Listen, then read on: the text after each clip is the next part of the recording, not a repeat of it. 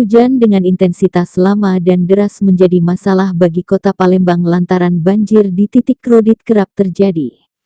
Berdasarkan pantauan, saat hujan deras biasanya banjir terjadi di beberapa titik seperti Simpang Polda, Simpang DPRD Palembang.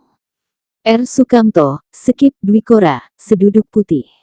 PJ Wali Kota Palembang Ratu Dewa mengatakan pihaknya sudah siapkan sarana pengendali banjir seperti pengerukan saluran drainase dari sedimentasi dan sampah. Kami bahkan rutin melakukan tinjauan turun langsung saat hujan, seperti pada Senin malam, tanggal 13 November tahun 2023. Alhamdulillah tidak ada genangan, katanya, Selasa tanggal 14 November tahun 2023.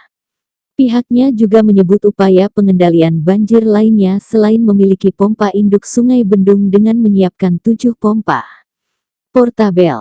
Kita ada 7 pompa portabel dan pompa mobile yang akan ditambah satu lagi di tahun ini dengan kapasitas 250 liter per detik, kata Kepala Dinas PUPR Kota Palembang Ahmad Bastari. Menurutnya, beberapa titik kolam retensi pun sudah disedot untuk memperbanyak volume air yang bisa ditampung juga menyiagakan petugas.